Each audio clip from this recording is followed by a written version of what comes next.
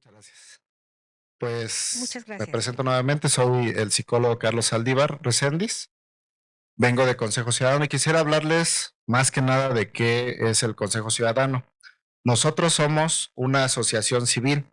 Esto quiere decir que no formamos parte del gobierno, pero tenemos vínculos de colaboración con el gobierno, principalmente con la Fiscalía de la Ciudad de México, la Secretaría de Seguridad Ciudadana y la Secretaría de Educación Pública. Son nuestros principales vínculos.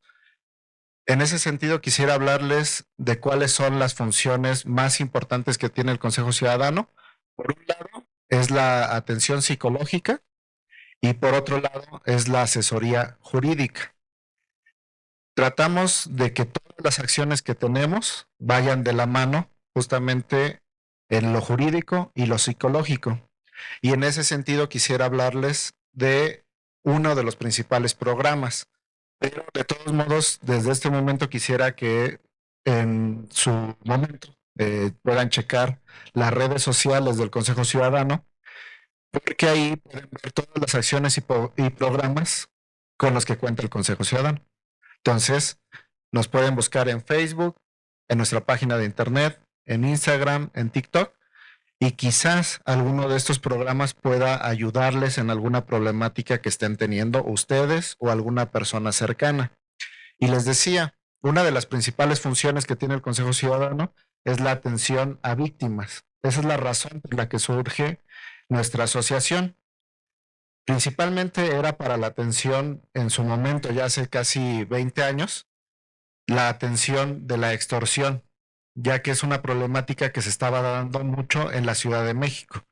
Esta modalidad de extorsión es la que conocemos como derecho de piso, en la que justamente una persona tiene un negocio, tiene un local, tiene una bodega y algún grupo criminal o alguna persona que gusta aprovecharse de esta situación, pues les cobra tener abierto este lugar.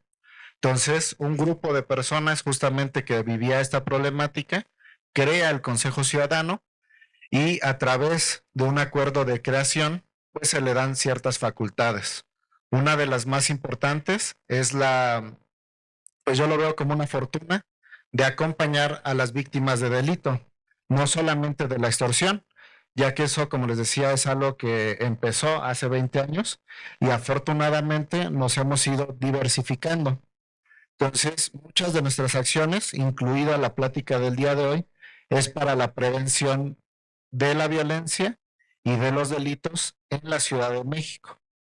Pero obviamente nosotros buscamos que el impacto que tengamos pues no solamente sea dentro de la Ciudad de México, ya que quizás algunos de ustedes, algunas de ustedes, pues vengan de municipios cercanos del Estado de México o incluso de algún otro estado.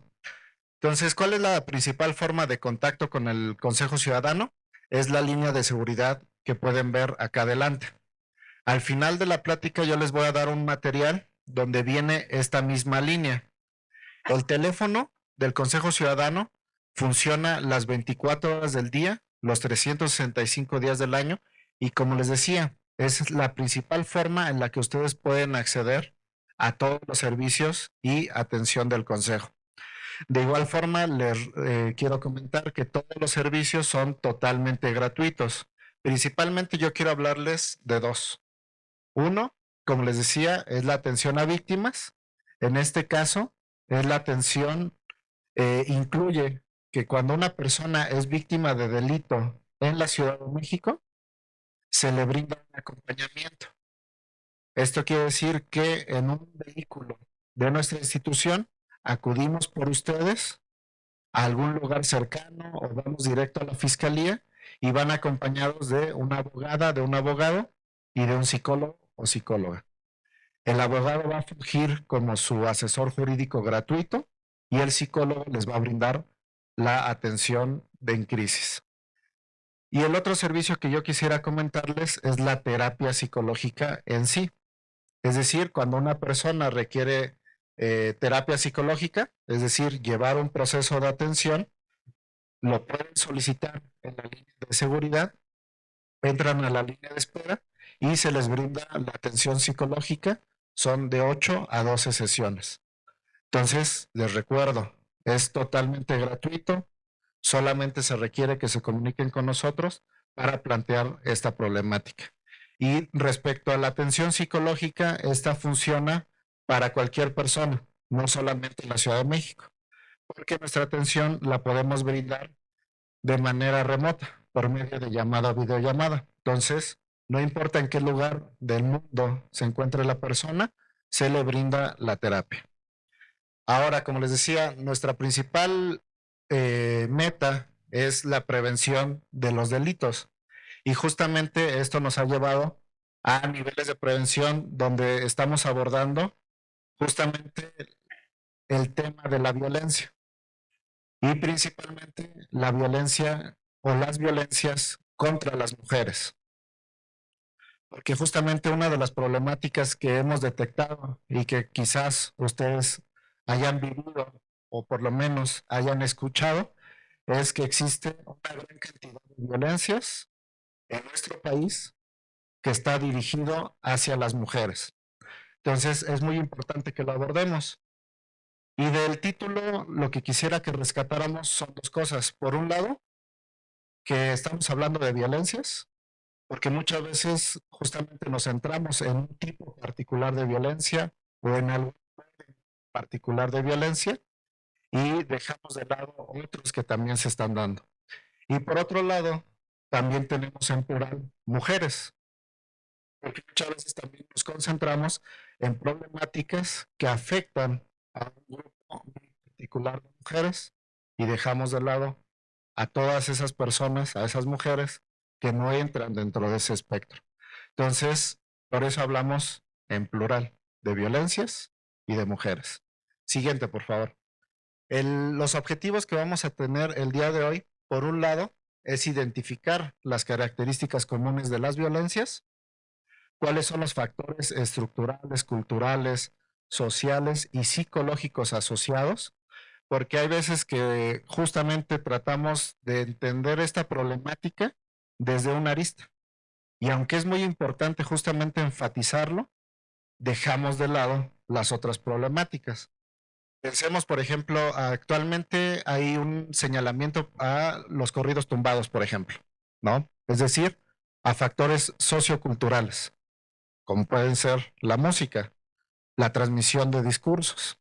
Y es muy importante señalarlos, pero también es importante decir una frase que escuchaba hace poco, ¿no?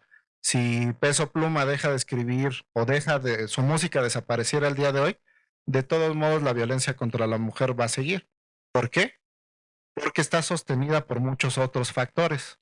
Dentro de estos, los que ya les comenté, estructurales, culturales, psicológicos. Y finalmente, pues vamos a reflexionar sobre los efectos que tiene la violencia y no solamente hacia las personas a las que va dirigida, sino ver los efectos que tiene justamente en quienes estamos siendo expuestos como testigos o quienes estamos participando como agresores. Y obviamente ese es un punto coyuntural de la conversación, porque las principales personas que ejercen violencia contra las mujeres, pues somos los hombres. Y muchas veces, justamente como hombres, pues no nos gusta posicionarnos en ese lugar, porque decimos, bueno, yo nunca le he pegado a una mujer, yo nunca he insultado a una mujer, yo tengo mamá, tengo hermana, ¿no? Nos escudamos dentro de estos discursos y no vemos justamente nuestra participación, ya sea como personas que efectivamente hemos ejercido violencia contra las mujeres o que por lo menos estamos sosteniendo este sistema de opresión. Y en ese sentido, quisiera que lo viéramos de esa forma, que es un sistema de opresión, de violencia hacia las mujeres. Por lo mismo, necesitamos de ver varias de las coyunturas de las aristas que lo constituyen. Siguiente, por favor. Entonces, lo primero que obviamente tenemos que ver es cómo vamos a entender o más bien desde dónde les voy a hablar yo y cómo entiendo yo, Carlos Saldívar, la violencia hacia las mujeres. Porque después vamos a ver que, por ejemplo, hay un entendimiento desde las leyes, que puede ser un poco diferente. Va a tener relación, sí, con la forma en la que yo les voy a exponer, pero la ley necesita ser muy específica y hay veces que nos confundimos, ¿no? De cómo lo estamos hablando a cómo se entiende en la ley. Entonces, por eso quiero decirle, este es el lugar desde el que yo estoy enunciando la violencia. La primera característica que vamos a ver es que es un abuso de poder. Es decir, en una relación entre personas existe una posición de poder, que es la siguiente característica. Dentro de todas las relaciones que nosotros mantenemos a lo largo de nuestra vida, existe una relación desigual. Es inherente a las relaciones humanas, ¿ok? Esa es desde donde yo les estoy hablando. ¿Esto qué quiere decir? Que, por ejemplo, si yo me relaciono, pensemos con mi pareja, probablemente exista una relación desigual. Primero, esta relación, por ejemplo, partirá del sexo que tengamos cada uno de los dos, de el género con el que nos identifiquemos, por ejemplo, quizás incluso también la experiencia que tengamos, el nivel socioeconómico, el nivel de estudios, muchos factores que van a hacer que justamente esta relación sea desigual. Pero el que exista una relación desigual no implica que inherentemente haya violencia. Para que exista esa violencia tiene que haber un abuso de esa relación de poder. Entonces pensemos, por ejemplo, quizás en casa yo soy el que aporta en la cuestión económica y a través de ese poder yo tengo un abuso de él. Entonces, por ejemplo, le digo a mi pareja, no me gusta que salgas con tus amigos y por consiguiente no te doy recursos para que los veas o para que tengas acciones en ese sentido. Estamos hablando de que estoy partiendo de esa relación de desigualdad para hacer un abuso de poder. Pero como les decía, no necesariamente todas las relaciones desiguales van a llevar a ese abuso de poder. Quizás pensemos, por ejemplo, un profesor con un alumno. Existe una posición diferente jerárquica dentro de las instituciones porque la mayoría de ellas no son comunitarias. Entonces, estamos hablando de que existe esta relación de poder, pero además probablemente sea de conocimiento, ¿no? Entonces el profesor tiene mucho mayor conocimiento respecto a mí de una materia, pero la relación que guardamos no tiene abuso porque quizás solamente pues quiera que me cultive en esa materia, me enseña y me transmite su conocimiento y entonces estamos hablando de que no existe un abuso de ese poder, pero sí lo puede haber. ¿No? Y eso es lo que es importante.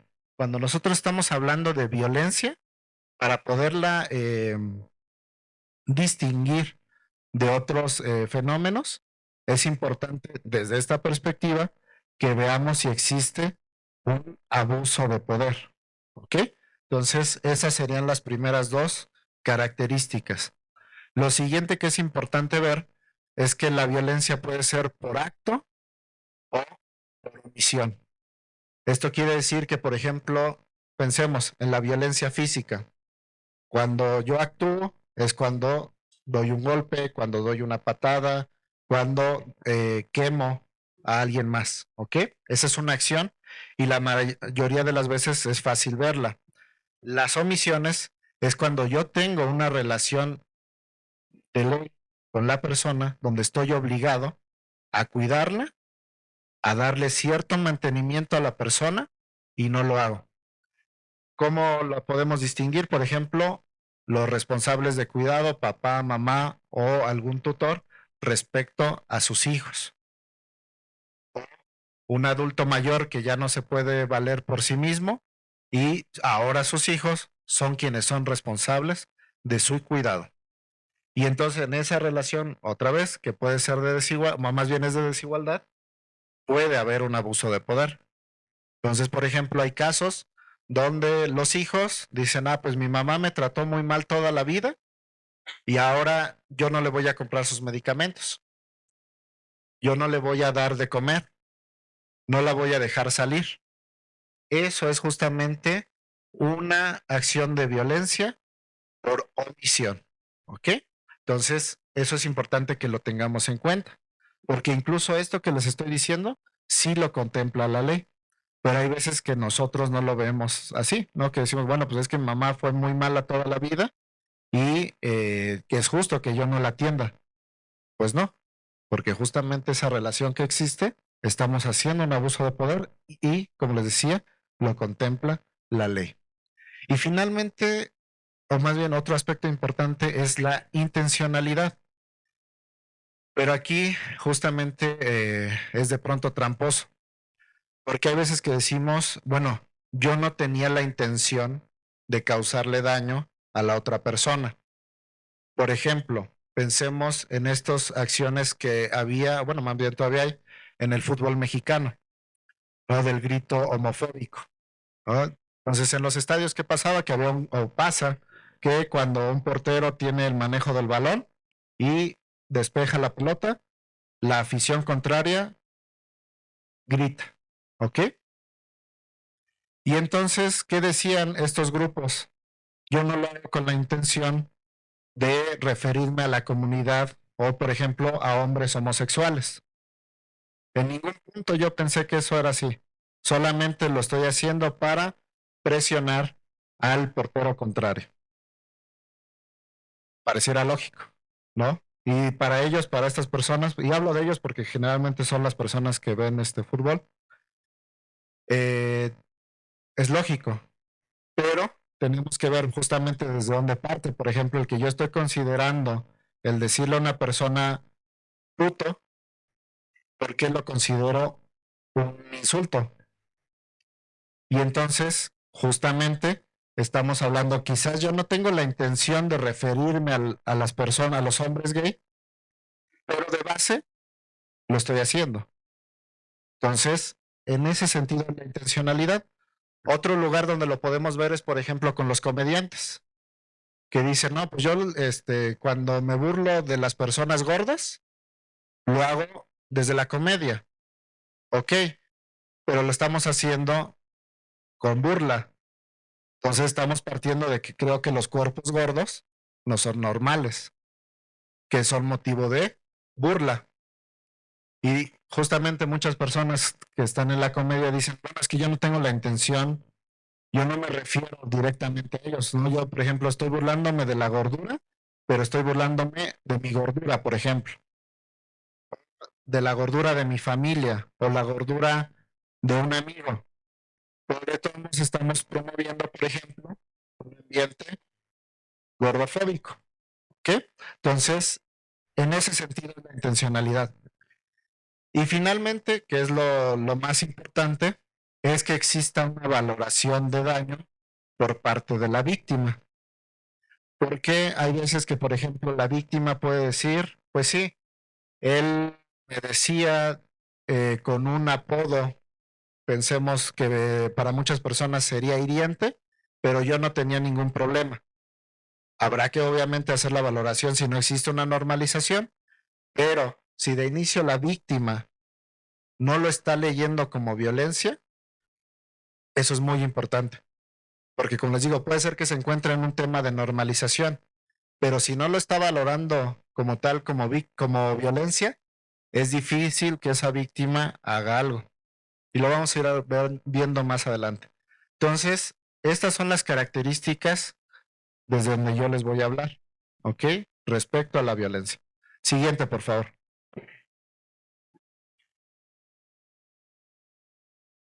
Ahora, estas formas de violencia se pueden dar en varios espacios.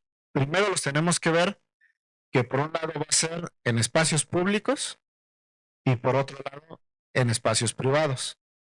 Y prácticamente en todos los espacios hay violencia hacia las mujeres.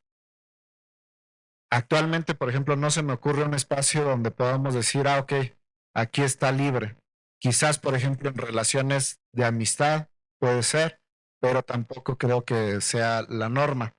Entonces vamos a ver que esta violencia, como les digo, está en espacios privados como puede ser el trabajo, la escuela, la familia, el internet, redes sociales, pero también lo vamos a encontrar en el espacio público, en las calles, en el transporte. Entonces, prácticamente todos los espacios en los que las mujeres habitan está presente las violencias, ¿ok? Y de todo tipo, porque es que creemos, bueno, quizás cuando hablamos de la escuela no vamos a pensar en violencia patrimonial, por ejemplo, pero también hay este tipo de ejercicios. Siguiente, por favor. Ahora, les decía, todo este desarrollo, porque no ha sido algo que haya surgido de la nada, y eso es también muy importante que lo veamos, porque hay veces que nosotros decimos,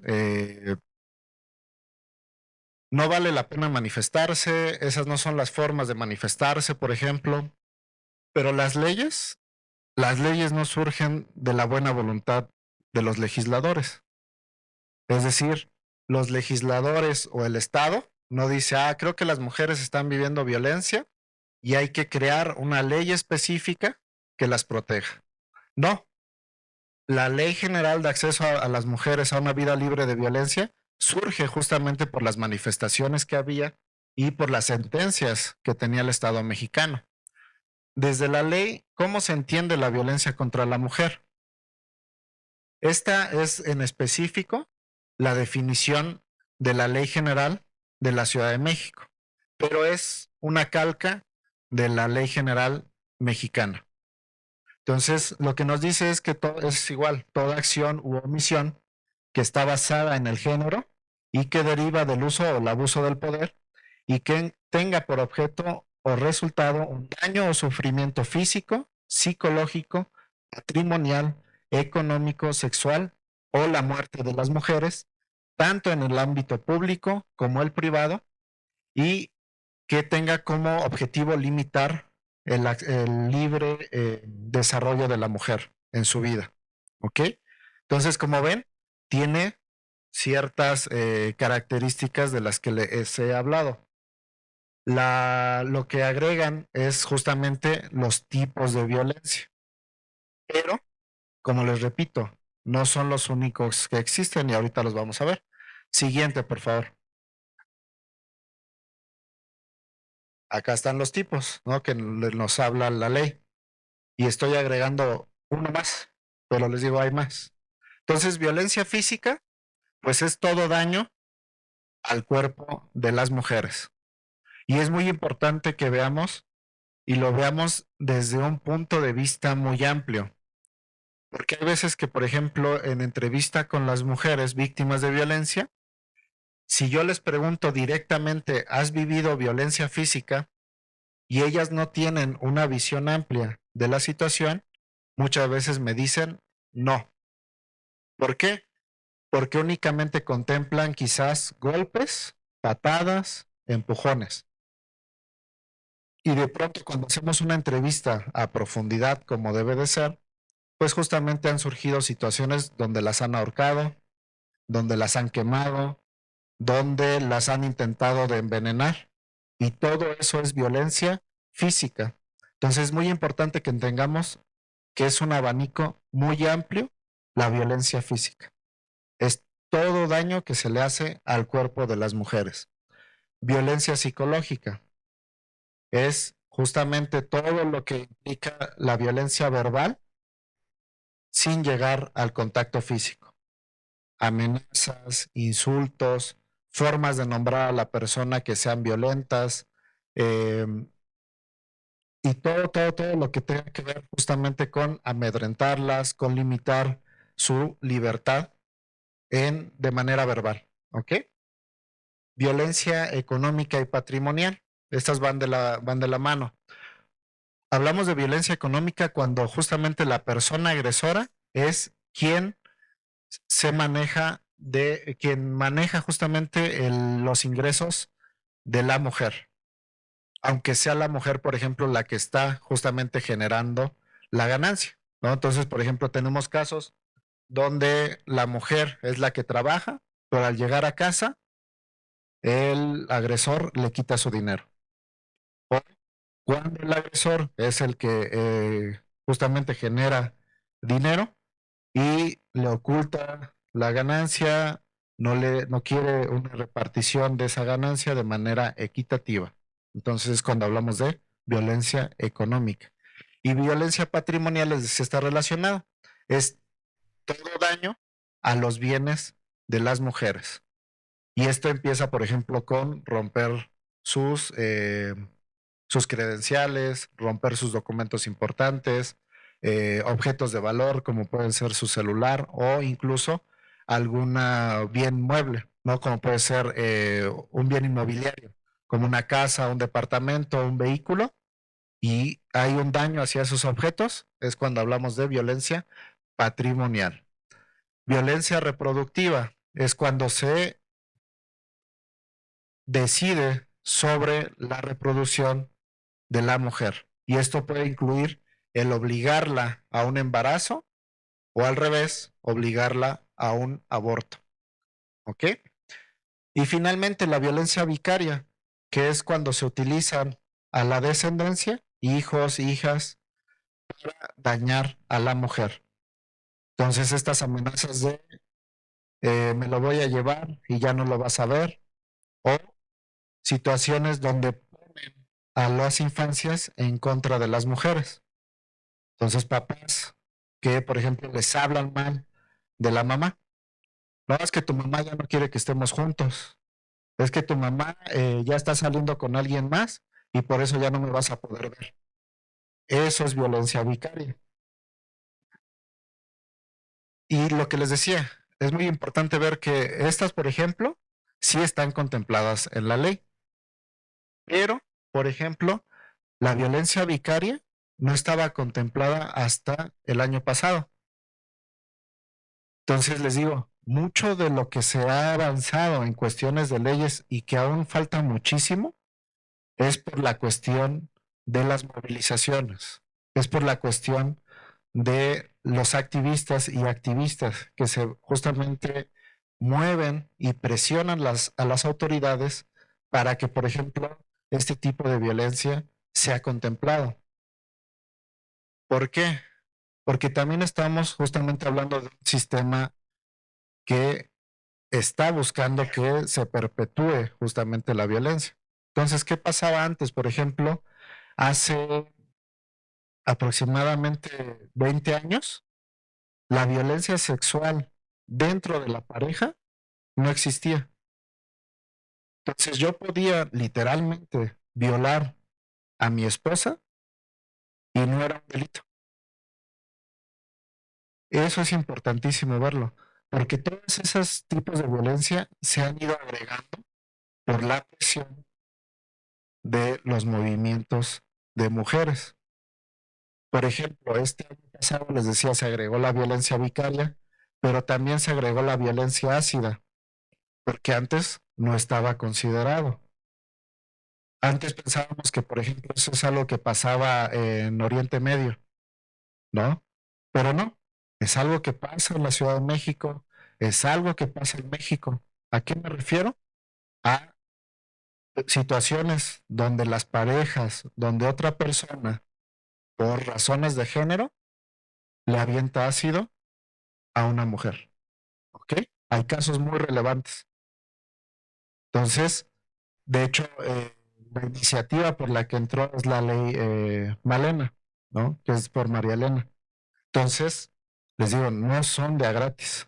No son cuestiones de que los legisladores dijeron, oye, creo que esta es una problemática muy fuerte, hay que atenderla. Así debería de ser, porque por algo los elegimos, pero lamentablemente no es así. Generalmente es por la presión de las mujeres. Entonces, muy importante que cuando lleguemos otra vez al 8M o al 25M, el tener muy en cuenta que esos movimientos son los que están empujando estas legislaciones. Siguiente, por favor. Ahora, ¿cuáles son las dinámicas comunes cuando hablamos de relaciones de violencia? como les decía, de inicio vamos a partir de que existe una relación desigual y eso siempre es importante verlo, porque, como les digo, en todas las relaciones así va a ser, no en todas va a haber un abuso de poder. Y esto hay veces que lo tenemos que dejar muy en claro.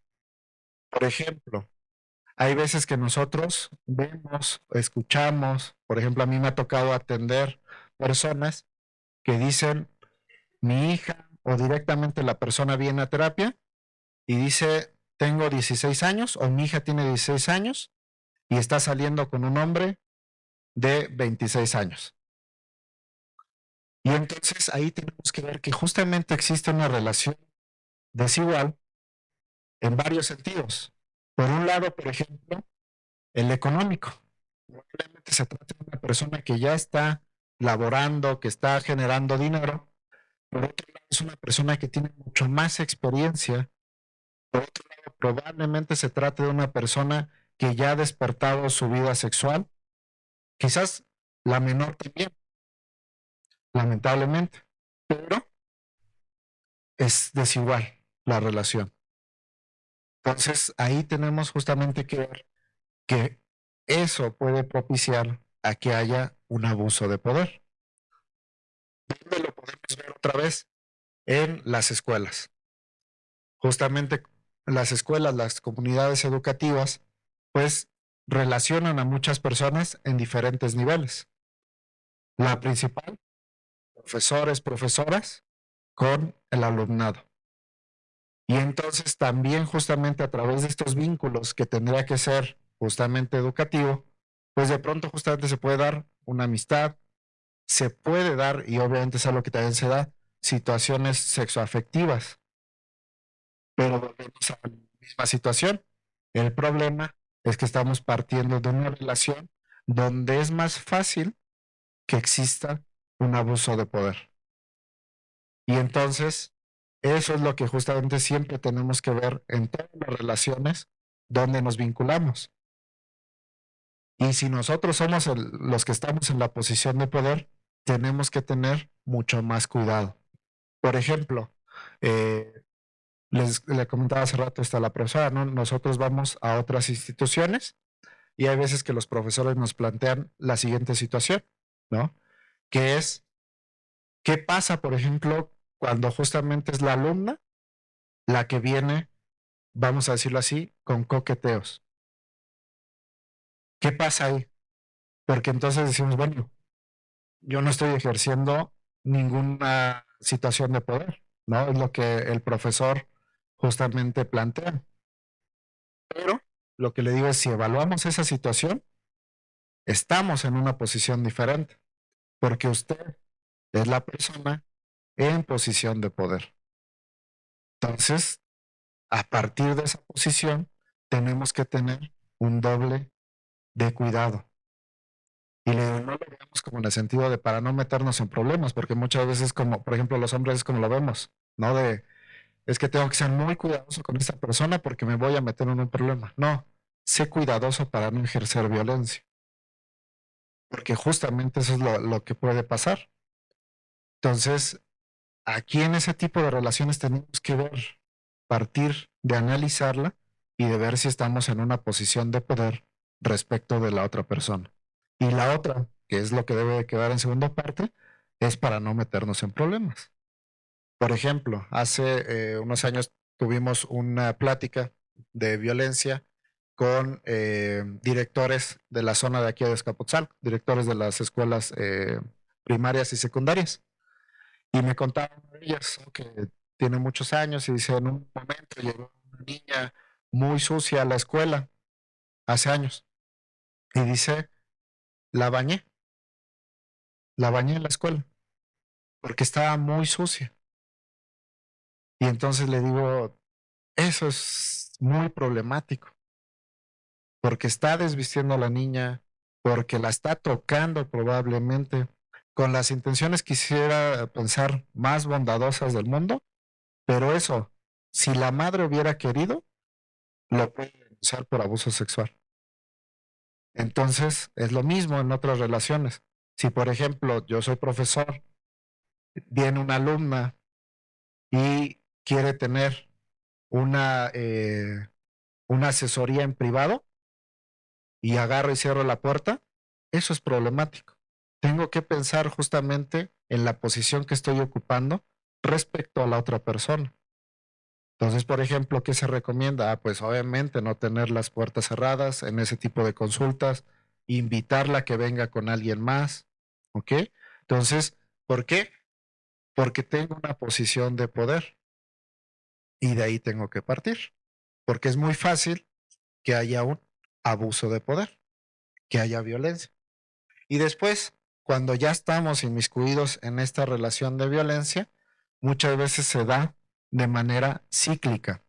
¿Qué es lo que pasa? Que existe una tensión en la relación, ¿no? Porque obviamente ningún tipo de violencia es cómodo para la persona que lo está viviendo. Entonces empieza a ejercer tensión en ambos lados y llega un momento de agresión. Y después una reconciliación. Ahorita lo vamos a ver un poquito más a detalle. Lo que les decía, también va a haber una normalización, no solamente de la víctima, también del agresor. Porque muchas veces las personas agresoras tienen una lógica que era la única forma que yo tenía para, por ejemplo, controlarla. Era la única forma para obtener un beneficio. Entonces tenemos que ver que para el agresor existe la violencia para cumplir un fin. Puede ser un fin incluso bondadoso, ¿no? Por ejemplo, no quería que la familia se destruyera y por eso lo hacía, ¿no? Porque es algo importante para él. Pero la única forma que había aprendido a hacer eso era a través de la violencia. Entonces existe justamente una normalización, un lugar donde todos los que estamos alrededor, porque aparte va a haber testigos que lo vamos a normalizar, ¿no? Y ahí vale la pena justo preguntar, ¿no? Esas veces que quizás vemos en nuestro círculo una pareja de amigos que son justamente pareja y vemos que se gritan o que uno de ellos le grita y nosotros lo normalizamos o vemos que es algo normal o vemos lo que le decía, que existe un acoso por parte de un profesor, de una profesora hacia un alumno y lo normalizamos.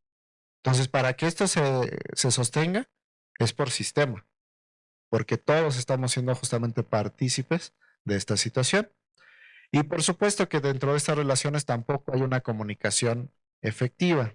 Generalmente, como les digo, es esta acumulación de tensión donde ninguno dice nada y finalmente hay una explosión, ¿no?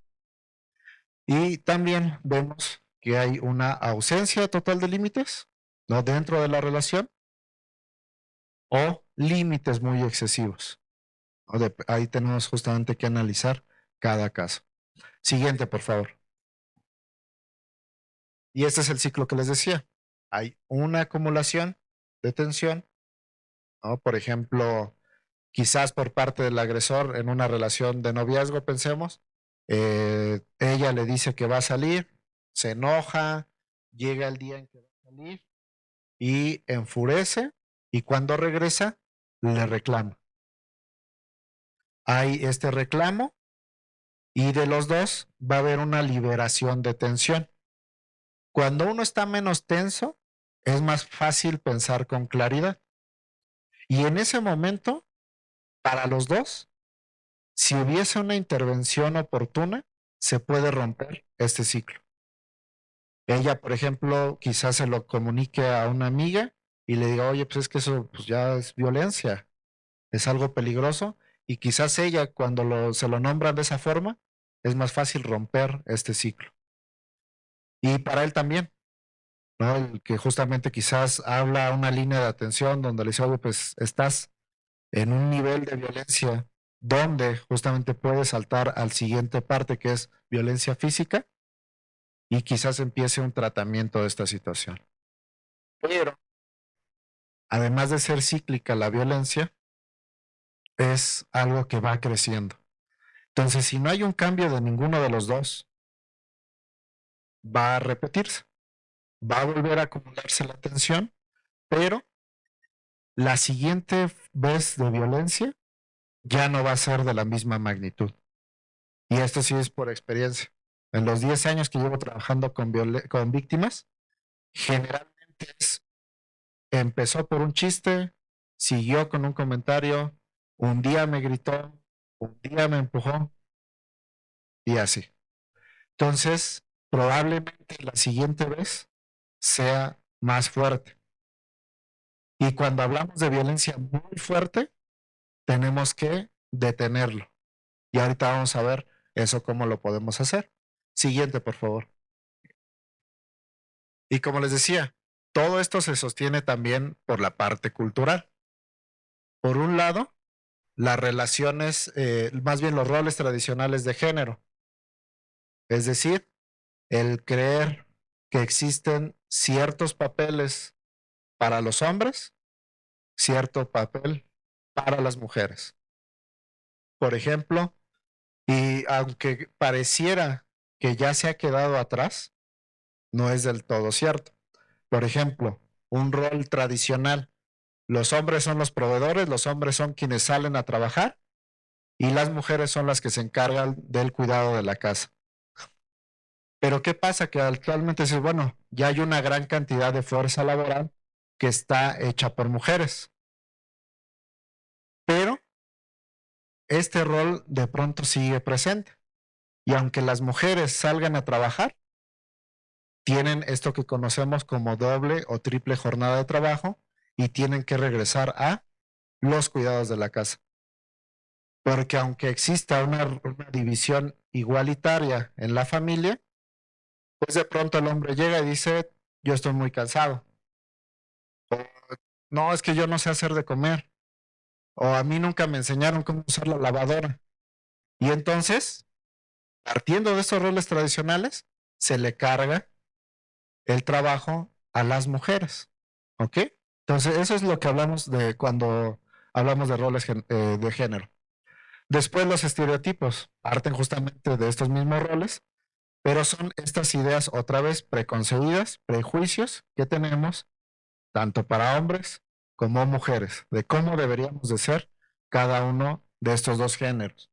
Entonces tenemos ideas como, pues las mujeres son muy sentimentales, las mujeres en posiciones de poder no saben tomar decisiones y los hombres son más mentales, son más racionales, ¿no? Y otra vez, de pronto decimos, bueno, pero eso cómo puede afectarnos a nuestro día a día. Pues por ejemplo, hasta hace muchos años era imposible que las mujeres optaran por posiciones de poder en la política. ¿Por qué? Porque justamente se tenía esta idea de, bueno, yo no voy a votar por una mujer, ¿por qué? Se va a dejar guiar por sus emociones y no va a ver las cosas de forma racional. Y lo mismo puede pasar en las parejas, en la familia, ¿no? Entonces, esos son los estereotipos de género. También, obviamente, esto va provocando condiciones de desigualdad y de diferenciación. Entonces, por ejemplo, de pronto hay instituciones donde vemos que en ningún momento ha habido mujeres en posiciones de poder. Y por eso, por ejemplo, se plantean estas situaciones de las cuotas de género. Porque si no se está llegando de manera orgánica, hay que forzarlo. ¿Por qué?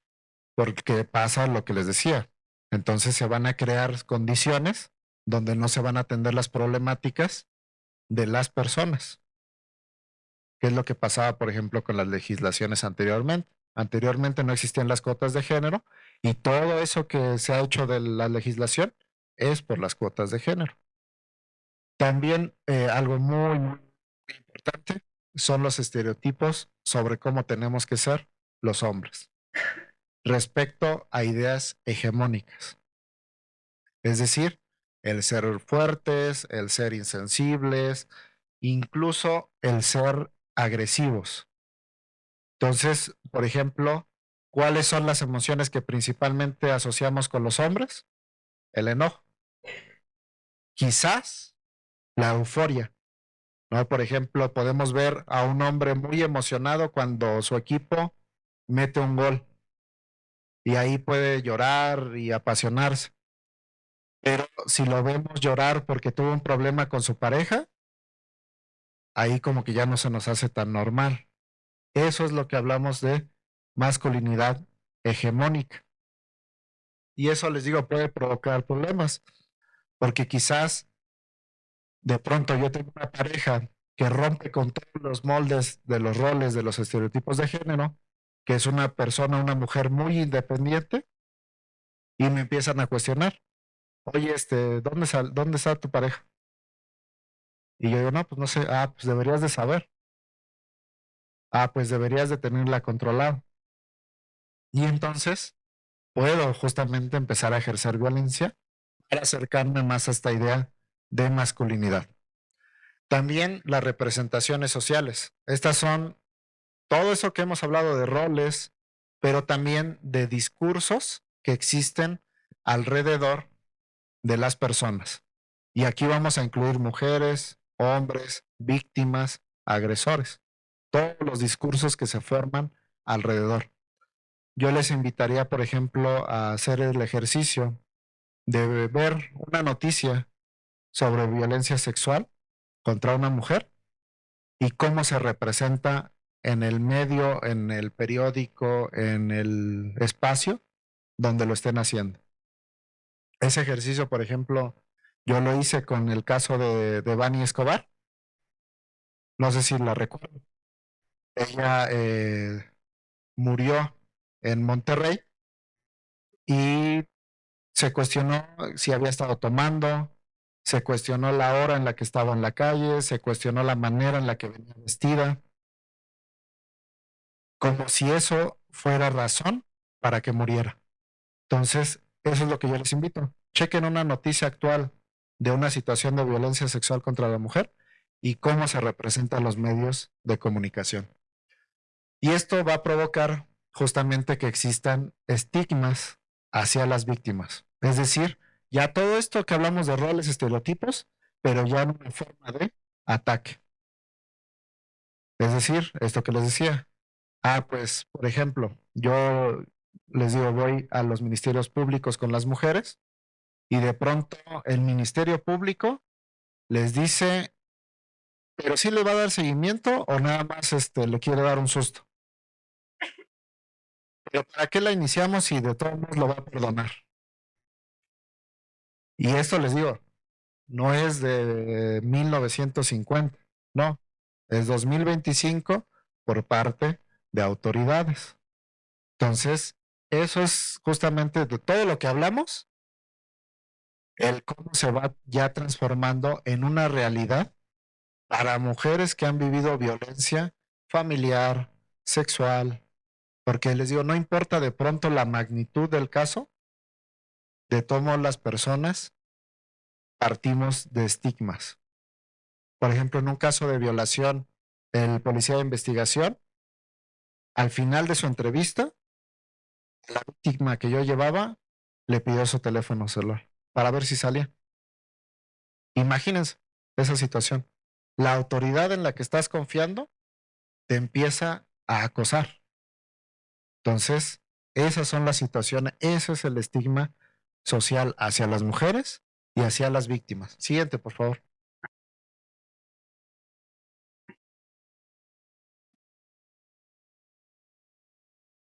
Y después vamos a tener todo eso que hablamos culturalmente, se va a ir haciendo institucional. No solamente instituciones como puede ser el Estado, sino también instituciones como la iglesia o incluso la familia. Entonces todo eso se va haciendo una estructura ya, algo ya sólido, ¿no? Porque incluso hasta físicamente lo vamos a ver, que empieza a haber una desigualdad. Por ejemplo, socioeconómica, esto que conocemos como la brecha salarial, que hay veces que lo entendemos como la cuestión de ganar lo mismo, pero no, porque si nosotros lo planteamos solamente en la idea de, pues yo soy psicólogo en esta institución, mi compañera es psicóloga en esta institución, y ganamos lo mismo, ya lo logramos. No, esta es una situación donde quizás ella tenga que trabajar el doble para que le den ese dinero. Esa es la desigualdad socioeconómica.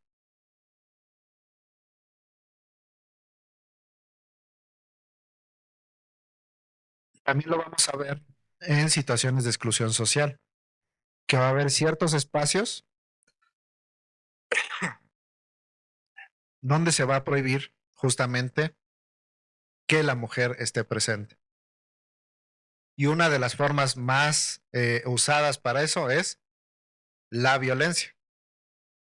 Y aquí les invitaría, por ejemplo, a checar la teoría de Rita Segato, porque justamente ya plantea esta situación de, pensemos, por ejemplo, en los feminicidios.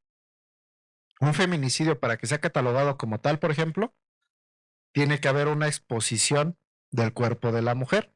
Y eso es un fenómeno que justamente las sociólogas, las antropólogas, han señalado mucho. ¿Por qué? Porque hay un punto en la historia donde esto se empieza a hacer, a finales del milenio pasado.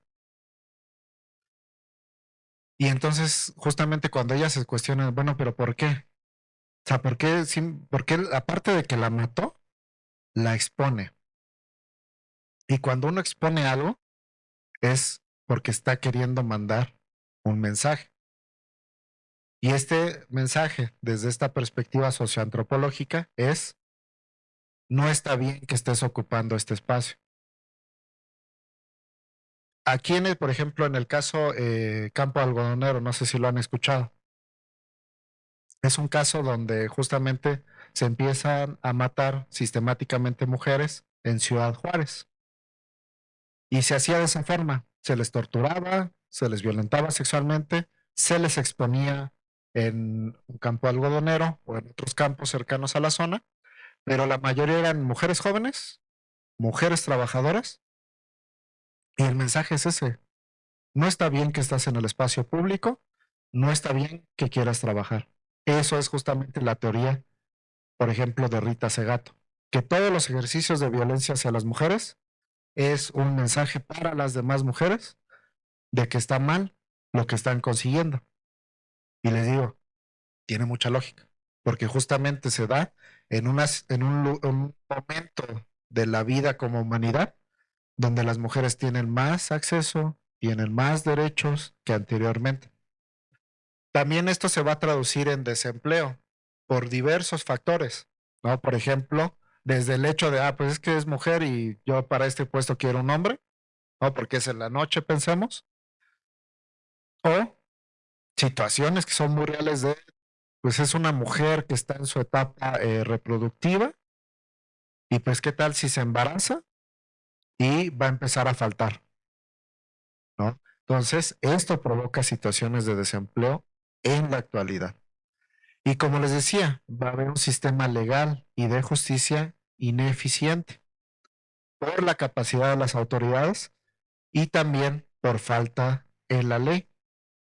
Hay muchos tipos, salud, hay muchos tipos de violencia que, por ejemplo, actualmente, como tal, no se pueden denunciar. Pensemos, por ejemplo, que yo publico ahorita en una red social o incluso en un medio de comunicación un discurso de odio contra las mujeres. Si vemos el catálogo de delitos que es el Código Penal, no se puede denunciar. No es un delito. Puede ser una falta, pero es un delito. Y eso tiene problemáticas porque entonces, pues lo único que yo voy a tener de problema es una sanción. Y si soy una persona de poder, pensamos que tiene un medio de comunicación, pues lo voy a poder seguir haciendo sin problemas, porque solo voy a tener que pagar una multa. Entonces, esos son los problemas que también todo esto que hablamos se pueden ir traduciendo. Y también vamos a ver que esto se traduce en cómo están planteadas las ciudades y la migración. Y les digo, muchas de estas cuestiones estructurales son más difíciles de entender, pero un ejemplo muy sencillo para ver, por ejemplo, si nuestra institución se pensó con una posición de género, por ejemplo, es ver cómo son nuestros baños. Los de las mujeres en un lugar donde fue pensado con perspectiva de género deberían de tener mayor espacio que el de los hombres. ¿Por qué? Porque todas las mujeres necesitan un cubículo y no todos los hombres necesitamos un cubículo. Entonces, en una institución que fue pensada así, tendría que haber un mayor espacio para los baños de las mujeres que para el de los hombres. Pero generalmente no, y son del mismo tamaño. Y muchos espacios son así. ¿Y qué, cómo se traduce eso? Así, lo más sencillo. Pues que de pronto hay fila para el baño de las mujeres. ¿No? Pensemos, por ejemplo, en un concierto. Generalmente los baños de las mujeres ocupan el mismo espacio que el de los hombres, porque fue pensado con esa lógica de, pues 50-50, no es lo más lógico, pero no, porque para los baños de los hombres podrías haber ocupado muchísimo menos espacio, ¿ok? Entonces, lo mismo pasa con las ciudades. Muchas veces no son pensadas en esos términos. Y en cuestión de la migración, pues la migración es mucho más peligrosa para una mujer que para un hombre. Porque, por ejemplo, aunque haya hombres que son violados cuando migran, es una estadística muy pequeñita, a diferencia de las mujeres que migran. La mayoría de ellas o tienen que justamente prestar un servicio sexual para el policía que las detuvo, para el agente de migración o para el crimen organizado, o directamente son violadas. Siguiente, por favor. Y después vamos a ver que todo eso se va encarnando, se va haciendo cuerpo, se va haciendo también mente, y vamos a irlo viendo en factores psicológicos. Es decir, que la mayoría de las mujeres y hombres que son agresores vivieron algún tipo de violencia en sus infancias. De hecho, la estadística de violencia sexual en mujeres es del 76%. Entonces, nos habla de que es un clima de violencia hacia las mujeres. Y esto obviamente va también a generar problemas mentales que no son atendidos, el consumo problemático de sustancias, una baja tolerancia a la frustración de ambos lados, tanto de víctimas como de agresores. Lo que decíamos hace rato, va a haber problemas de comunicación, falta de resolución de conflictos y una baja autoestima. Es decir, las personas van a valorarse negativamente en lo que hacen físicamente o en lo que piensan. Siguiente, por favor. Y entonces, las características que vamos a ver en los espacios con violencia es que son estructuras autoritarias, es decir, donde quien está en la posición de poder lo ejerce de manera abusiva. Va a haber dificultades de comunicación, que es lo que nos estamos hablando. Una baja tolerancia a la frustración, es decir, si las cosas no salen como yo quiero, como yo las espero, voy a hacer algo para cambiarlo, y muchas veces ese algo es la violencia. Y como he vivido violencia a lo largo de mi vida, lo voy a ver como una solución. Y entonces voy a generar patrones de violencia hacia, les decía, por ejemplo, muchas veces cuando atendemos adultos mayores, son esas historias. Es que el hijo vivió violencia durante la infancia y ahora quiere desquitarse con la persona adulta mayor. Y vemos esa violencia entre generaciones. Siguiente, por favor. Y va a haber estos roles. El del agresor va a tratar de controlar y de dominar a la otra, y la víctima, muchas veces por todas las condiciones que hemos hablado, va a tener una dependencia emocional y económica. Y esto es muy importante porque muchas veces cuando uno habla, por ejemplo, de violencia familiar, violencia en el noviazgo, y se acerca una víctima con nosotros, lo que le cuestionamos es, ¿por qué no te has salido de ahí? Pero ya vimos que es toda una cuestión de dependencia creada estructuralmente, económicamente y a través de la violencia, que es muy difícil romper ese ciclo. Y finalmente vamos a tener a los que decía, a los terceros, a quienes observamos, Y no solamente en las relaciones cercanas a nosotros, también en nuestro país, en nuestra sociedad, y que preferimos no meternos en problemas, ¿no? Y que cuando sí es cercano a nosotros, incluso nos volvemos cómplices de esta situación o víctimas indirectas, sobre todo cuando hablamos de infancias. Entonces hay veces que en las relaciones de pareja, ya con hijos, los hijos e hijas se vuelven también víctimas de esta situación o adultos mayores o otras personas en condiciones de vulnerabilidad. Siguiente, por favor. Y aquí es algo que a mí me gusta agregar, que es la cuestión de que no existe una víctima perfecta. Porque les digo, muchas veces partimos como de esta idea de cómo es una víctima. Y pensamos en alguien indefenso, alguien sin recursos económicos, psicológicos. Y entonces cuando llega una mujer con un doctorado y me dice es que mi pareja, que también es doctor, me golpea, decimos, no, ¿cómo puede ser? Eso lo esperaría de alguien en condición de pobreza, sin estudios, pero no. La violencia, en ningún punto vieron aquí que decía está relacionada 70% con la pobreza, no, sino porque en cada lugar, ya vimos, se puede dar violencia. Entonces, tenemos que ver que no existe una sola idea de violencia, porque también les digo, de pronto puede llegar su amiga que es una persona muy empoderada, con muchos recursos y decirles, es que en el metro me tocaron y le decimos, ¿y por qué no hiciste nada tú? Ahí estamos revictimizando nosotros. Entonces debemos de ver que existen manifestaciones muy diversas de lo que es ser víctima. Algunas pueden sentirse tristes, enojadas o incluso por toda la cuestión de normalización, ser indiferentes ante la situación. Entonces, ¿qué es lo que tenemos que partir cuando tenemos contacto con una víctima? ¿Y por qué se los quiero compartir? Porque como vemos, podemos relacionarnos y probablemente nos estemos relacionando constantemente con víctimas de violencia, que puede ser mi mamá, puede ser eh, una expareja, puede ser una amiga, puede ser una compañera de trabajo, una compañera de escuela, porque en todos los lugares se puede dar este tipo de violencia. Entonces es muy importante que cuando tengamos contacto con una persona que está viviendo violencia es validar sus respuestas. El decir eso que hiciste era lo mejor que podías haber hecho.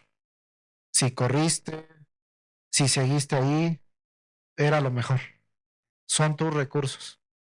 Estabas cuidándote, por ejemplo. Eso es validar, ¿ok?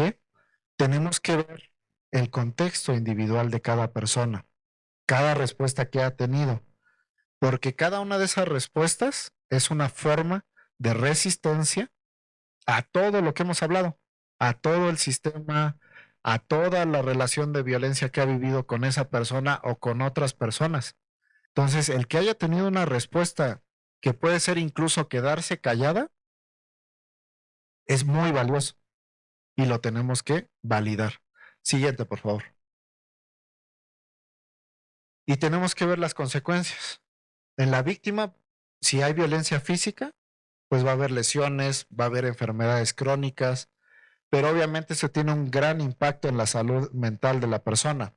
Ansiedad, depresión, trastornos ya mentales como tal y muchas veces esto que conocemos como estrés postraumático.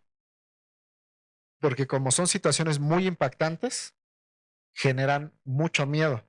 Entonces la persona ya sin la necesidad de que esté presente todavía el estímulo que lo provocó, sigue viviendo esta situación. Eso es el estrés postraumático. Y también vamos a ver un impacto a todos los niveles de vida de la persona, tanto social, laboral, escolar. Entonces quizás deje de relacionarse con las personas, con su familia, deje de ir al trabajo, deje de ir a la escuela. Siguiente, por favor.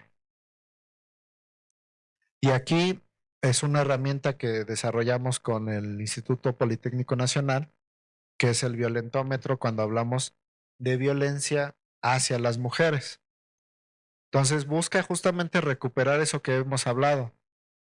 de que la violencia es exponencial y que va a empezar justamente con situaciones como las bromas hirientes, el ignorar a la otra persona, los celos, ¿no? Que son considerados hasta caballerosos, ¿no? Después, continuando con la violencia psicológica, el prohibir amistades, el ofender, es decir, insultar, gritar. Y aquí se va a dar un brinco, porque toda esta parte puede suceder en el espacio privado, ¿no? Por ejemplo, cuando están solos la pareja, cuando está solo papá con mamá, es cuando sucede esta situación. Pero cuando da el brinco a que alguien más lo vea, es cuando justamente hablamos de una violencia más fuerte, porque quiere decir que el agresor ya no se está conteniendo. Si tenía límite que, por ejemplo, cuando estaban los niños no le gritaban y ahora ya lo hace, es porque ha dado ese salto y está en camino de seguir. Entonces vamos a seguir con las intimidaciones y después el siguiente brinco es cuando ya hay un contacto físico que puede empezar con un mero empujón, un jalón y obviamente va a seguir con golpes, con manoseos, no hablando de violencia sexual, eh, y va a ir creciendo esa violencia física a restringir a la persona a situaciones ya de violencia extrema donde se encierra a la persona o por manipulación psicológica se le aísla. Entonces, por ejemplo, estas situaciones de es que tus amigos no me caen bien, es que tu familia no me quiere, es que en la escuela nada más vas a coquetear. Y entonces eso que provoca que justamente quizás la persona, como decíamos, deje de ver a su familia, deje de hablarle a sus amigos, deje de hacer las actividades que estaba haciendo y esté aislada. O, por ejemplo, situaciones también muy comunes, que la otra persona le diga vamos a vivirnos lejos de todos, para que seamos solo tú y yo. O esta idea romántica de la pareja, de solamente tú y yo, lejos del mundo, ¿no? Y eso es lograr que tu pareja se aísle del mundo de una forma romántica. Y después vamos a tener la violencia más extrema, que es el violar, las amenazas de muerte y las mutilaciones. Y finalmente, obviamente ya de estas últimas dos, ya estamos hablando de, cuando ya hay violencia física, estamos hablando de que la integridad física de la persona está en riesgo. Porque un mal golpe, una asfixia prolongada puede provocar justamente la muerte de la persona. Lo que hablamos, el feminicidio, el matar a una mujer por el hecho de ser mujer. Y les digo, muchas veces esto no tiene que ver solamente con violencia sexual. Hay, por ejemplo, parejas que porque la mujer no les cocinaba o les dejó de cocinar, les dejó de lavar, la mataron. Y esas son razones de género, porque yo esperaba que ella por ser mujer hiciera eso. Entonces, eso es el feminicidio, cuando se mata a una mujer por el hecho de ser. Siguiente, por favor. Y entonces, cuando estamos justamente en contacto con una persona, una mujer víctima de violencia, debemos de tener este conocimiento, que es el generar con ella un plan de acción, es decir, acciones que pueda tomar por si vuelve a enfrentar una situación que ponga en riesgo su vida. Y aquí primero pues es esta evaluación, ¿no? De cómo se encuentra la persona físicamente, recordar un poquito nuestro violentómetro, ¿no? En qué nivel se encuentra y obviamente, quizás ya esté establecida la relación de confianza. No les decía, hay veces que puede ser una amiga, que puede ser una hermana, mamá, y ya está establecida la relación de confianza.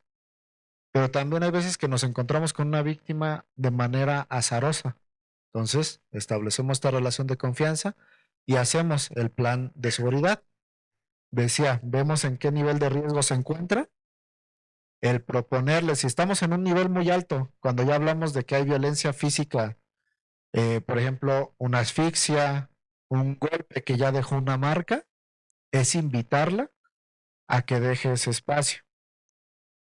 Conocer, si es posible, las redes de apoyo de la persona y ver si puede acceder a medidas de protección por parte de las autoridades y el recomendarle servicios de atención.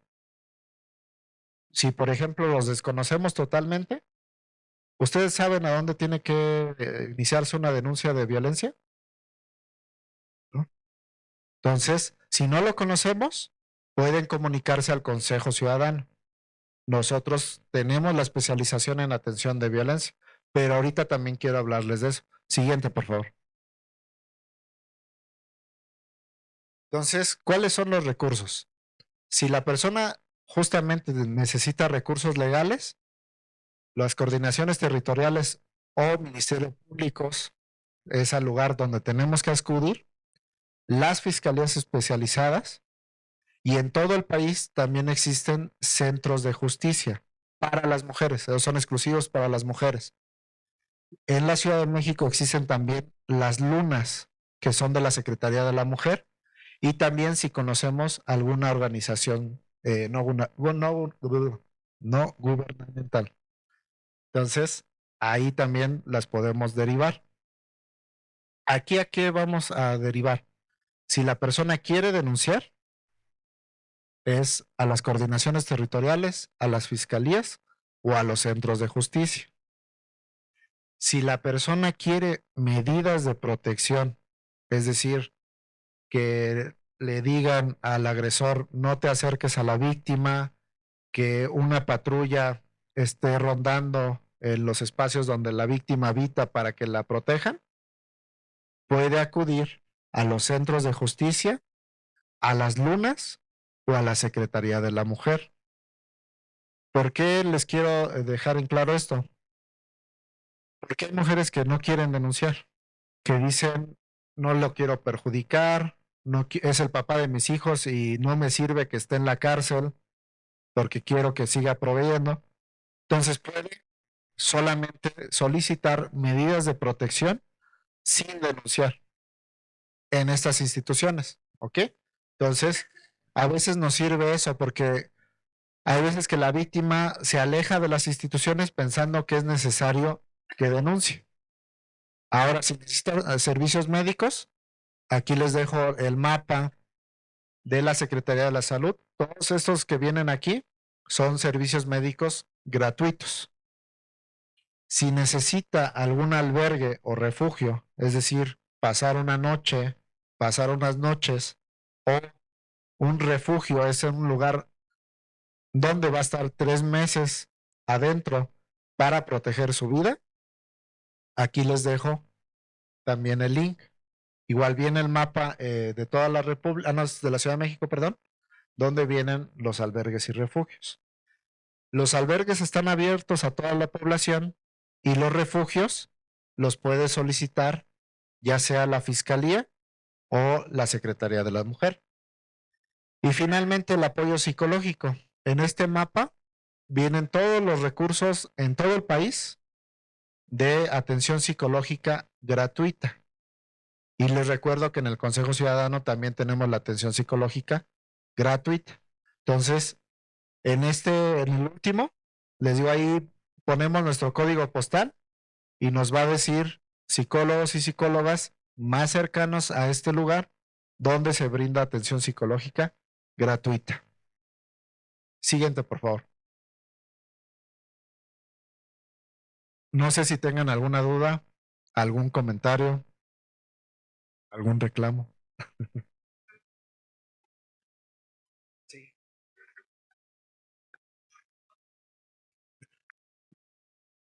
Bien, pues Carlos nos trae también por ahí un regalo, pero yo creo que no lo vamos a dar. Ay, sí. No, no es cierto.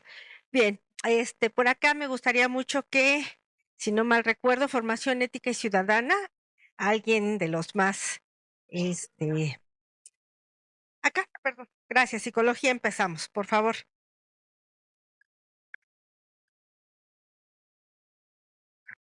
Hola, Bueno, yo quería saber si este violentómetro se toma en cuenta a la hora de levantar una denuncia. O sea, porque, o sea, bueno, por ejemplo, yo nada más puedo llegar y decir me empujó o este tipo de cosas y ya es válido para levantar una denuncia en la fiscalía. Sí y sí. Sí, justamente como vemos, todas las formas de violencia de las que yo les hablé están contempladas como violencia en la ley. Entonces, por ejemplo, muchas veces la cuestión es que nunca me ha hecho nada que yo tenga pruebas de eso. Por ejemplo, amenazas, me amenazó que me va a quitar a mis hijos, ¿cómo le hacemos? Pero la ley contempla la violencia psicológica como un motivo para iniciar una denuncia. Entonces, aunque no tengamos pruebas físicas, tenemos la prueba psicológica. ¿Cómo se establece eso? Por medio de un peritaje. Entonces, hay psicólogos que son peritos justamente en determinar el daño que tiene la persona y se inicia la denuncia. Ahora, la cuestión del violentómetro se va a tomar en cuenta para establecer las medidas de protección. Entonces, pensemos una mujer que ya su pareja le dijo, te voy a ir a matar, y su pareja además tiene problemas de adicción y además cuenta con armamento o sabe un arte marcial de contacto, más bien un deporte de contacto, eso se considera como un riesgo alto y entonces le van a dar medidas de protección en ese sentido.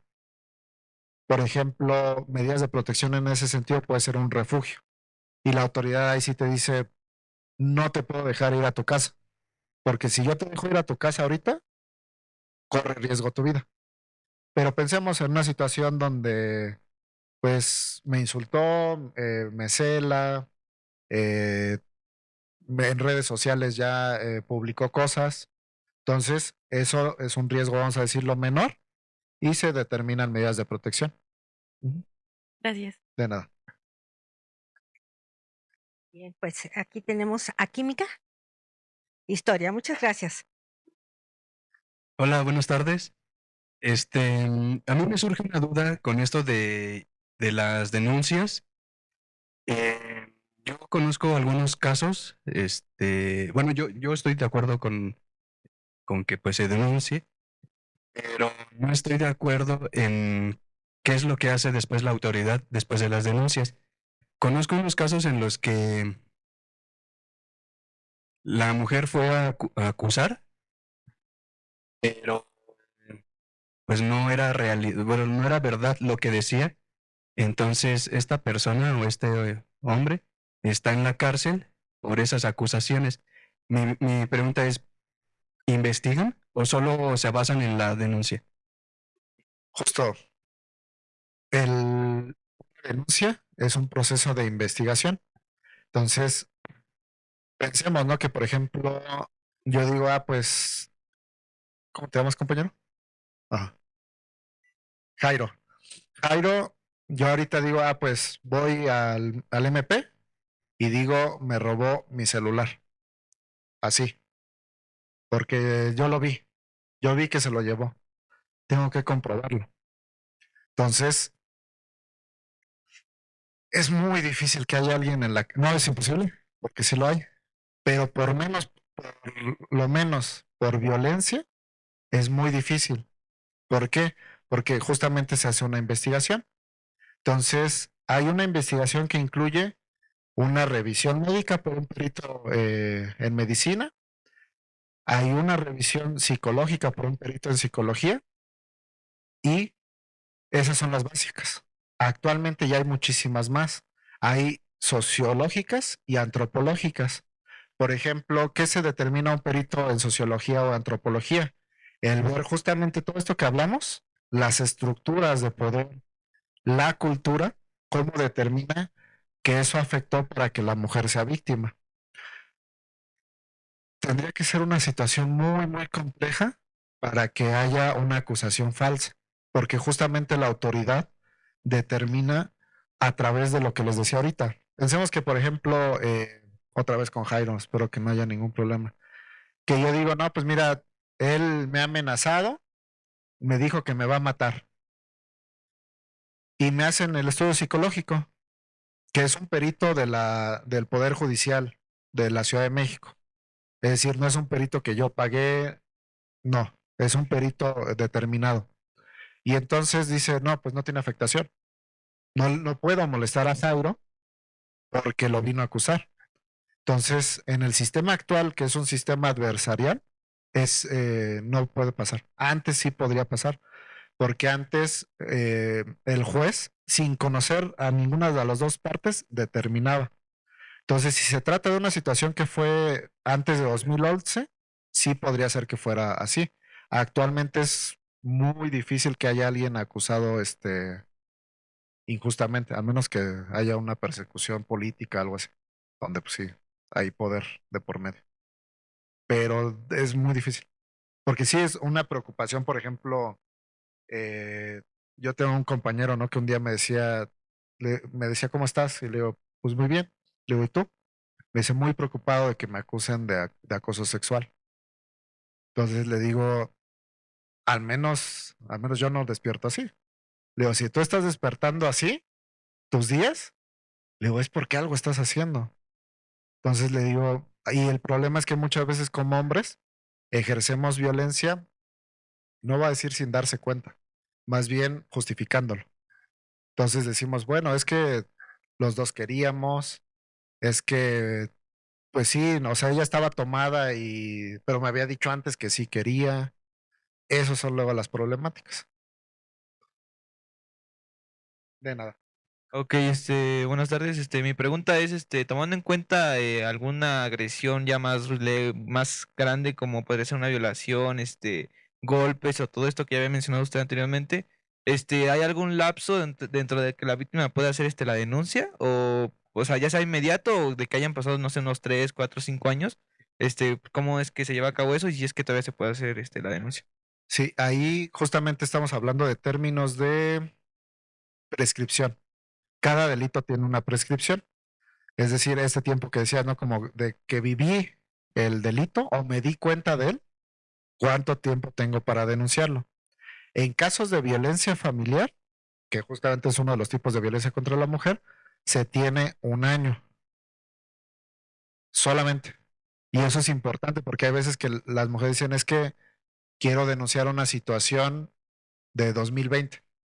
Legalmente ya no se puede. Y tiene su sentido. ¿Por qué? Porque eso que yo les decía del peritaje psicológico es mucho más difícil de determinar con el paso del tiempo. Entonces, justamente como autoridad es esta situación de no voy a poder comprobarlo. O sea, muy fácil otro perito me va a tumbar esta acusación. Entonces, por eso se da esta prescripción de 1 año.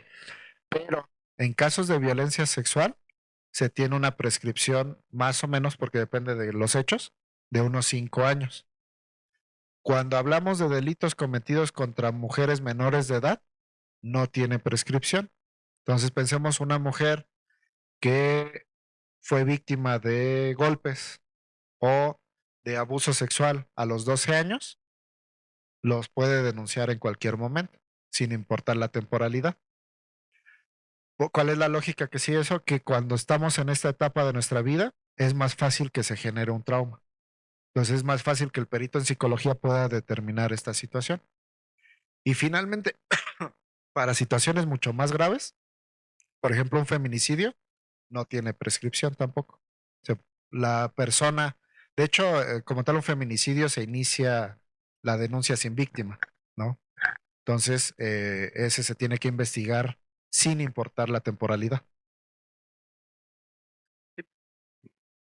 Ok, buenas tardes. Bueno, Considero que sí es importante, sobre todo porque somos docentes en formación y debemos de siempre brindar esa oportunidad a nuestros estudiantes de que puedan expresarse y ante todo, pues creo que lo más importante también es educar en la denuncia. No simplemente es denunciar, puede que en algunos momentos sí se pueden hacer decisiones falsas, pero siempre debemos de tratar de guiar a nuestros estudiantes en la verdad, no en una mentira, sino realmente darles la confianza de que hay autoridades que pueden ayudarlos en sus casos, ya sea acoso, violencia, lo que ellos consideren que deben de, pero siempre tratar como docentes de impulsarlos a hablar y a expresar su opinión. Sí, totalmente de acuerdo. Y justo, digo, yo les hablo o traté de hablarles de por lo menos dos caminos, ¿no? Que es la cuestión jurídica, pero también la cuestión social, porque es importante. Y sin duda, ¿no? Y digo, ya relacionando las preguntas, puede haber justamente, y hay casos de acusaciones falsas, pero también todo, al igual que las mismas denuncias, tienen que ser analizadas en su contexto. ¿No? Les decía, hace poco fui a la Universidad Rosario Castellanos, ¿no? Y había profesores que se me acercaban y me decían, es que ella me buscaba, es que ella fue la que comenzó esta situación. Y le digo, sí, pero ella es menor de edad, pero usted es el profesor. Entonces, ¿qué tanto sí podríamos hablar de que hay un abuso de ese poder? Y eso es lo importante, es lo que les decía hace rato, el hacer esa lectura de la posición que ocupamos respecto a la otra persona. Por último, le vamos a pedir a la maestra de historia, ¿verdad? Que también nos acompaña, también está la maestra Ilse, algún comentario y los jóvenes que están saliendo, me gustaría mucho que los jefes de grupo de cada especialidad pueda recuperar el regalo que trae precisamente Carlos, que es un violentómetro, para que lo puedan recibir, por favor. Sí. Hola. Bueno, la verdad es que a la vez que es realmente motivante todo este tipo de pláticas, también es irónico que en la sociedad todavía nos falta mucho esta cultura. Desafortunadamente, en este tema del violentómetro, yo a muchas personas se los he enseñado y no lo conocen. ¿No? Entonces, eso a mí, la verdad, de verdad que en cuanto yo se los enseño y me dicen: "Ay, yo no sabía esto", ¿no? O que te empujen, o que esto me ha pasado, pues, y dicen: "Pero esto es parte de el violentómetro", ¿no? Esto significa una señal de alerta, y yo, pues sí, por supuesto que sí. Y en este aspecto, ¿no? En cuanto a la sociedad, de verdad, a mí me impactó mucho que no lo conocen, ¿no? Por un lado.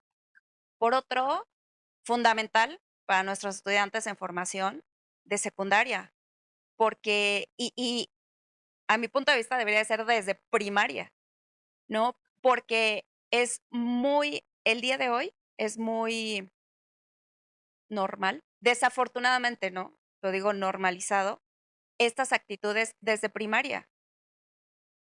Hay muchos que las identifican, hay muchos, por supuesto, que siguen sin identificarlas, porque esto viene de casa.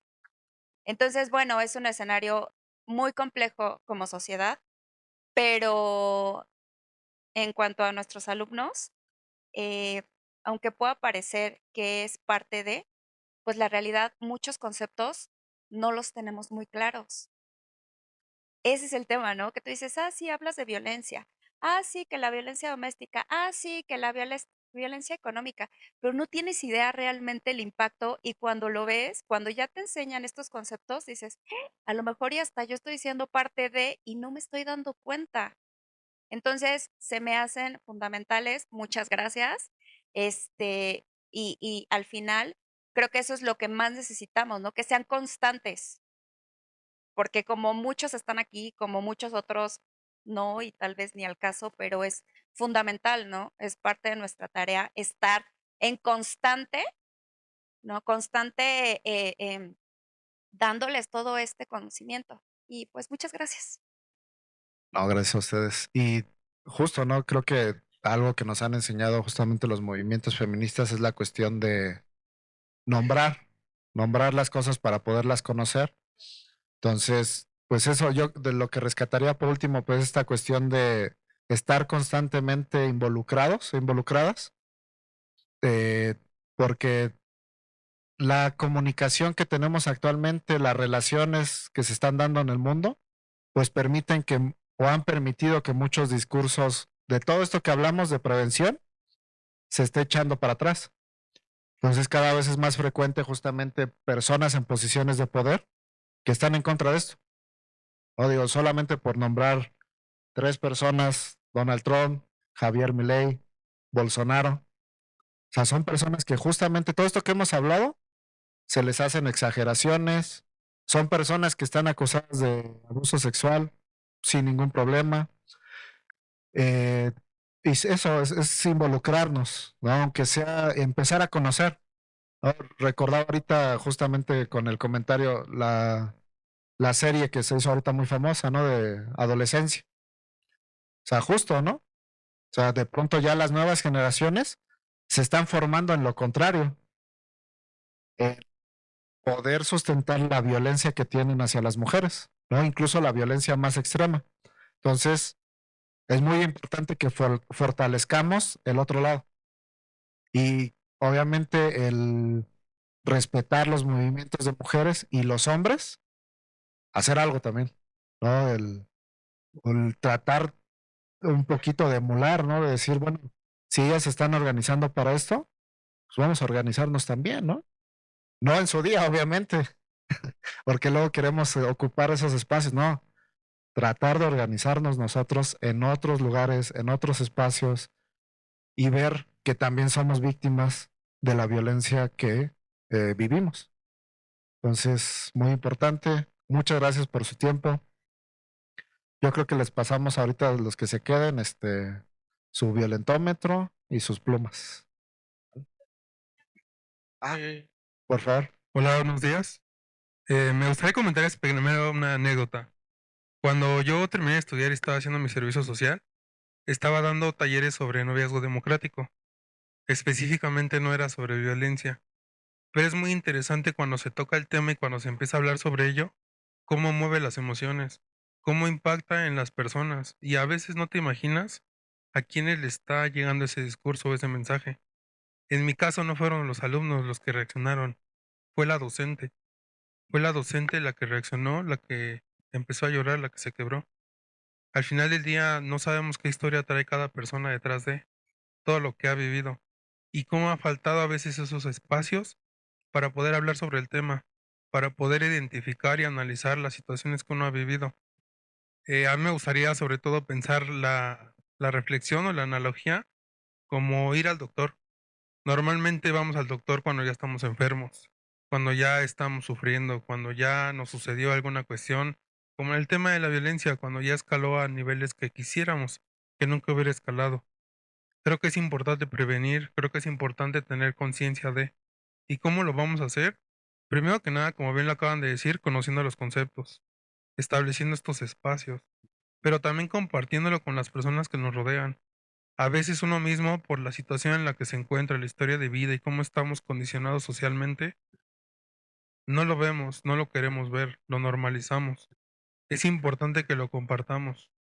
Por eso estos espacios son bastante nutritivos y espero que se pueda llevar a cabo, no solamente como una plática, sino como un ejercicio, día con día. Como bien dijo la compañera, hay que denunciar. Denunciar para visibilizar. Salud. Visibilizar para comenzar a analizar y buscar realmente los grandes cambios y no solamente que se quede sobre un papel o que sea un punto que se toca, pero no pasa de ahí, ¿no? Solo eso.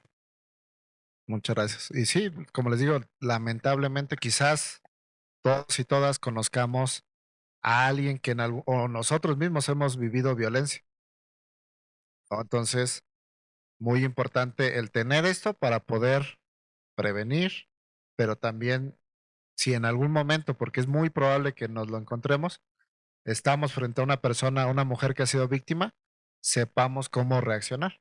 Entonces, y si no lo podemos hacer porque quizás es una persona muy cercana, pues justamente acercarla al lugar, como puede ser el Consejo Ciudadano, alguna institución que conozcamos, que le pueda dar ese apoyo, porque les digo, hay un momento muy clave en el ciclo de la violencia, que si el agresor o la víctima hacen algo diferente, se puede prevenir la muerte de alguien.